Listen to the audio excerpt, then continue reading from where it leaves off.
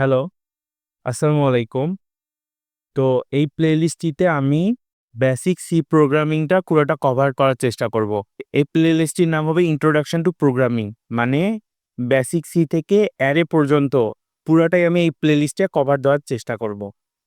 তো আজকে হচ্ছে লেকচার নাম্বার 1। আমরা বেসিক একটি সি প্রোগ্রাম দেখব এবং দেখব যে জিনিসগুলো কিভাবে কাজ করে এবং আমি একদম বিগিনার লেভেলে সহজভাবে বোঝানোর চেষ্টা করব। প্রথমত, বিগিনার লেভেলে কারো কাছে ভিএস কোড থাকার কথা না। তাও যদি থাকে, আমি শিখাই দিচ্ছি যে ভিএস কোডে আমরা কিভাবে কাজ করতে পারি। প্রথমে ধরো আমরা আমাদের ভিএস কোডটা ওপেন করলাম। সবারটা এমন আসবে না। আমার ভিএস কোডটা আমি আগে থেকে ইউজ করি। আমি সি প্লাস প্লাসে কোড পড়ি, এইজন্য আমার ভিএস কোডটা আসলো। তো ধরো আমি একটি সি ফাইল ক্রিয়েট করব। আমি কি এই যে এক্সপ্লোরারে ক্লিক করলাম, তারপরে এই দেখো এই যে নিউ ফাইল। এখানে ধরো আমি একটা নাম দিলাম hi dot c. Hi dot c already created. আমি দেখো দুইটা হাই HII.c। এই যে হাই ডট সি করলাম, এই যে আমার একটা সি ফাইল ক্রিয়েট হয়ে গেল। সিপিপিতে কি আমরা লিখি, ধরো হাই লিখতাম ডট সিপিপি এরকম। জাভার ক্ষেত্রে হাই ডট জাভা অথবা যে কোনো কিছু ডট জাভা। তো আমরা আমাদের এই যে একটা ফাইল ক্রিয়েট করে ফেললাম। এখন যদি আমাদের কাছে কোনো কম্পাইলার না থাকে, আমরা অনলাইন কম্পাইলার কাজ করতে পারি। কিভাবে সেটা দেখাচ্ছি। আমি যে অনলাইনে আসবো, লিখবো সি অনলাইন, এই যে সি কম্পাইলার আসলো। আমরা ধরো এই যে প্রোগ্রামিজেট কে ইউজ করব। এই যে এখন এখানে একটা জিনিস বলি, এই যে এখানে দেখো এই যে ডাবল স্ল্যাশ দিয়ে যেটা লেখা, এটা কিন্তু আমাদের কমেন্ট, এটা কিন্তু কোডে এক্সিকিউট হয় না। ডাবল স্ল্যাশ দিয়ে যেটা লেখা, আমরা যদি প্রোগ্রামিজেট ইউজ করি, আমাদের এই যে ইন্ট মেইন, ধরো এই যে এটুকু আমাদের কোডের, আচ্ছা হ্যাশট্যাগ ইনক্লুড studio.h আমি রিমুভ করে ফেলেছি। তো এটা একবার কপি করি। এইটুকু হচ্ছে আমাদের কোডের মেইন টেমপ্লেট। টেমপ্লেট মানে কি, ধরো এইটুকু হচ্ছে আমাদের টিফিন বাটি, আর এইটা হচ্ছে টিফিন বাটির স্পেস। এইটুকু, এই স্পেসের ভিতরে আমরা যা ইচ্ছা লিখতে পারি। তো আমরা দেখলাম যে অনলাইন কম্পাইলারে ধরো আমরা কিছু একটা লিখলাম, ধরো এমনি একটা কোড লিখি।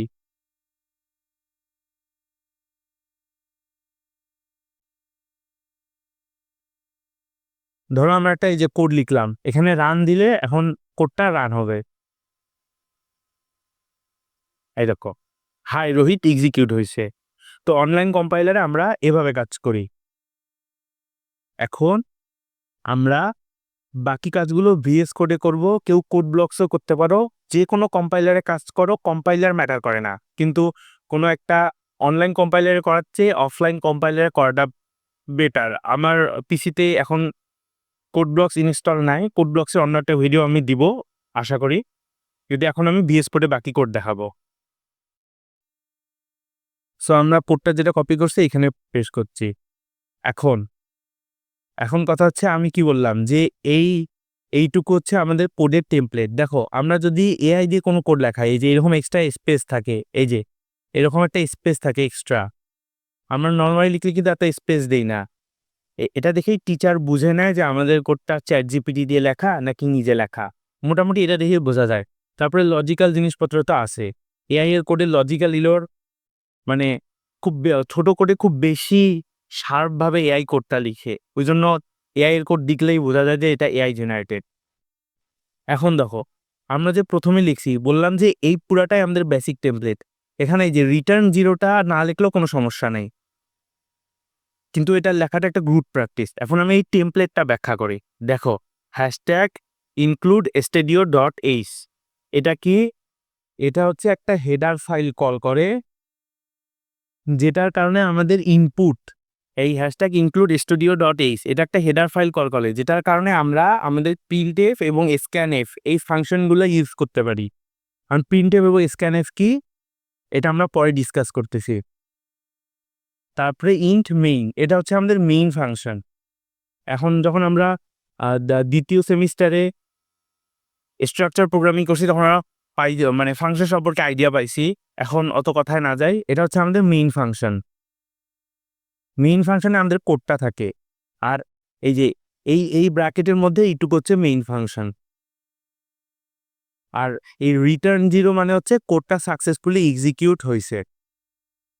এখন ধরো আমরা এই কোডে যে কোনো কিছু একটা প্রিন্ট করব, মানে আমি যেটা লিখবো সেটা শো হবে। এই যে টার্মিনাল, আমার আউটপুটটা টার্মিনালে শো করে, তোমাদের আউটপুটে শো করবে সেম জিনিস। যেমন এই যে এখানে দেখাইলাম, এই যে আউটপুটে শো করতেছে। তো আমরা দেখো এখানে কিছু একটা লিখি, ধরো প্রিন্টে, এই যে প্রিন্টএফ লিখলাম, লেখার পরে প্রথমে ব্র্যাকেট, এটা হচ্ছে ফার্স্ট ব্র্যাকেট, তারপরে কোটেশন, এটা কিন্তু দেখো ডাবল কোটেশন, সিঙ্গেল কোটেশন না, ডাবল কোটেশন। এই যে শুরুতেও ডাবল কোটেশন, শেষেও ডাবল কোটেশন। ফার্স্ট ব্র্যাকেট, ভিতরে হচ্ছে ডাবল কোটেশন শুরু, ডাবল কোটেশন শেষ। এখন এর ভিতরে আমরা যা যা লিখবো সেটা আমাদের শো করবে। তো আমরা প্রোগ্রামার হিসাবে প্রথমে কি লিখি, হ্যালো ওয়ার্ল্ড লিখি।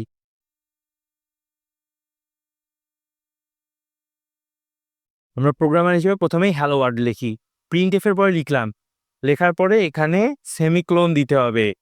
সি প্রোগ্রামিং, C++, এগুলো কিন্তু সেমিক্লোন মাস্ক, এই সেমিক্লোন না দিলে কিন্তু আমরা ইরর খাবো। সেমিক্লোনের কথা অবশ্যই মনে রাখতে হবে। তারপরে দেখো stdio, এটা কিন্তু স্টুডিও না, stdio.h, বানানটা কিন্তু মনে রাখতে হবে।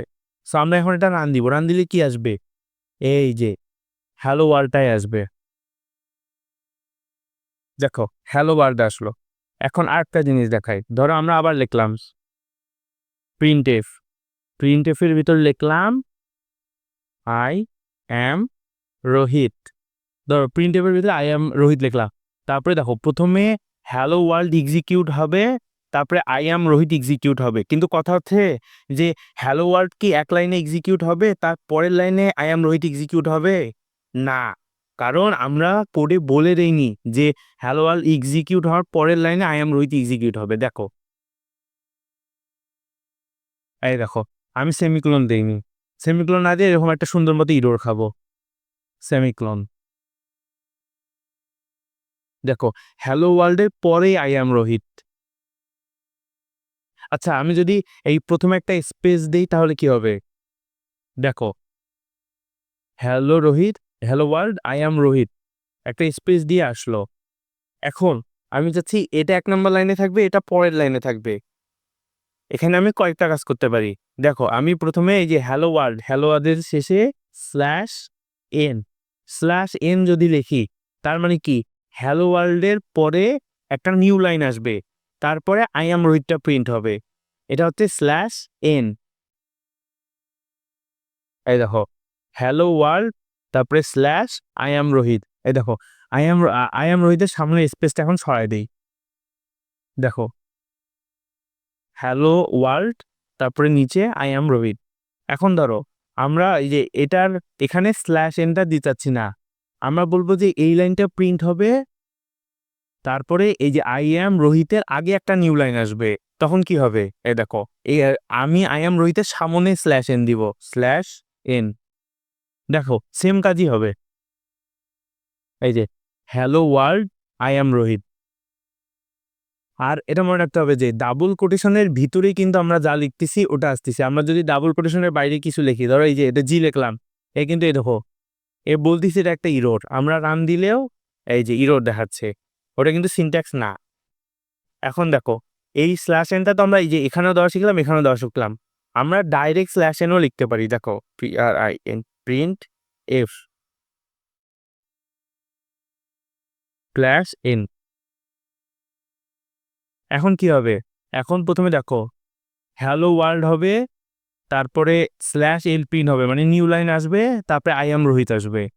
দেখো এই যে hello world, I am Rohit, তার দেখো /n মানে দ্বিতীয় লাইনে আসছে, তারপরে আই অ্যাম রোহিত। এখন ধরো আমরা চাচ্ছি না যে এই /nটা আমরা লিখছি, কিন্তু এটা আমরা কমেন্ট হিসাবে লিখতে যাচ্ছি, মানে আমার কোডে কি করা হচ্ছে, আমি কমেন্ট লিখবো। তখন কি করব, দেখো আমি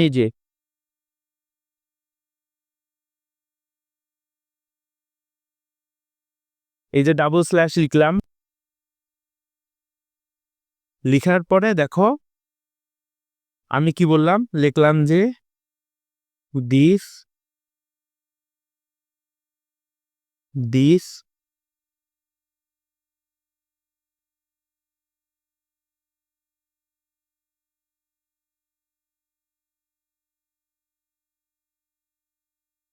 দেখো আমি যে লিখলাম this push the code in new line, এটা কিন্তু কমেন্টে লিখছি, এটা কিন্তু প্রিন্ট এফ এর ভিতর লিখিনি, এটা কমেন্ট দিয়ে লিখছি, এটা কি কোনোভাবে এক্সিকিউট হবে না। এই দেখো আমি কোড লিখি, এই দেখো ওটা কোনোভাবে এক্সিকিউট হয়নি। Hello world I am Rohit.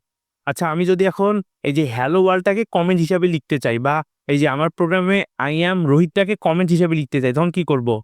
এই যে আই অ্যাম রোহিতের এই যে প্রিন্ট এফটার সামনে ডাবল স্ল্যাশ দিব, এই যে ডাবল স্ল্যাশ দিলাম। এখন কিন্তু আই অ্যাম রোহিতটা কোনোভাবেই প্রিন্ট হবে না, শুধু হ্যালো ওয়ার্ল্ডটা প্রিন্ট হবে।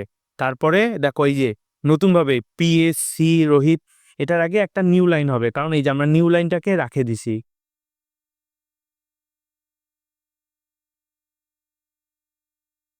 এই দেখো হ্যালো ওয়ার্ল্ড। আচ্ছা নিউ লাইনটা এখানে আসলো না, অনেক অনেক সময় আসে অনেক সময় আসে না, এটা সমস্যা নাই। কিন্তু দেখো আমরা এই যে নিউ লাইন লিখছি না, এখন যদি অন্য কিছু লিখি,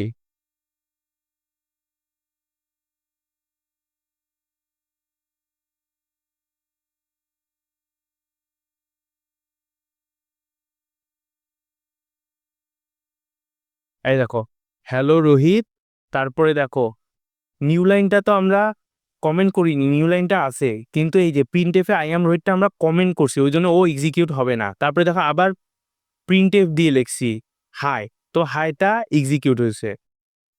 এখন কথা হচ্ছে এটা দিয়ে আমি কি বুঝাতে চাচ্ছি, যে কোড কোড কিন্তু লাইন বাই লাইন এক্সিকিউট হয়। দেখো প্রথমে এই লাইনটা এক্সিকিউট হইলো, তারপরে এই লাইনটা এক্সিকিউট হইলো, তারপরে কম্পাইলার দেখলো যে এটা একটা কমেন্ট লেখা, ও এটা এক্সিকিউট করবে না, দেখলো এটাও একটা কমেন্টে লেখা, ও এক্সিকিউট করবে না, তারপরে এটা এক্সিকিউট করলো, তারপরে রিটার্ন 0। এটা মানে তো বললাম যে বোঝায় যে কোডটা সাকসেসফুলি রান হয়েছে। এটা যদি আমরা নাও লিখি, ধরো এটা আমরা লিখলাম না, কি হইলো? আমরা কোডটা রান করে দেখি, কিছুই হবে না, যা আসা সেটাই আসবে। এখন ধরো আমরা চাচ্ছি যে এই যে এই লেখাটা যে লিখলাম, এই লেখাটা লেখার পর এই যে এই লেখাটা একটু একটা বড় স্পেস দিয়ে, ধরো এমন হইলো যে হ্যালো ওয়ার্ল্ড, তারপরে বড় একটা স্পেস, তারপরে হাই, এইরকম লিখতে চাই, হ্যালো ওয়ার্ল্ড বড় একটা স্পেস হাই। তো আমরা কি করতে পারি, হ্যালো ওয়ার্ল্ডের পরে এভাবে স্পেস টিকতে টিকতে অত বড় একটা স্পেস ক্রিয়েট করতে পারি। তাছাড়া আরো একটা উপায় আছে, সেই উপায়টা কি? সেই উপায়টা হচ্ছে এই যে স্ল্যাশ ইন এর জায়গায় আমরা স্ল্যাশ টি দিব। স্ল্যাশ টি দিলে কি হবে, হাইটা সরে যাবে। এই দেখো হ্যালো ওয়ার্ল্ড, তারপরে ওয়ার্ডটা স্পেস দিছে, তারপরে হাই লিখছে। তো আমরা যদি কখনো এইভাবে ধরো সরাই কোনো কিছু লিখতে হয়, তখন এইভাবে লিখতে পারি। আচ্ছা আমরা ধরো ওয়ার্ডের শুরুতেও কিন্তু স্ল্যাশ এন ইউজ করতে পারি, ওয়ার্ডের শেষেও ইউজ করতে পারি, ওয়ার্ডের মাঝে ইউজ করতে পারি না। আসো লিখে দেখি, হ্যালো স্ল্যাশ এন ওয়ার্ল্ড, এখন কি হয় দেখি। দেখো হ্যালো, হ্যালোর পরে ও কি পারছে, স্ল্যাশ এন পাইছে, ওই জন্য ওয়ার্ডটাকে নিচে নিয়ে গেছে। তারপরে দেখো তারপরে কি পাইছে, ও স্ল্যাশ টি পাইছে, স্ল্যাশ টির কারণে হাইটাকে সরাই দিছে। ঠিক আছে, তো এটাই ছিল সি প্রোগ্রামিং এর বেসিক। আশা করি যে একদমই সি প্রোগ্রামিং জানো না তার হেল্প হয়েছে এটা দেখে। সো নেক্সট লেকচারে আমরা ইনপুট আউটপুট প্রিন্ট স্ক্যানএফ নিয়ে আলোচনা করব। সো আজকের লেকচার এই পর্যন্ত, সবাইকে ধন্যবাদ।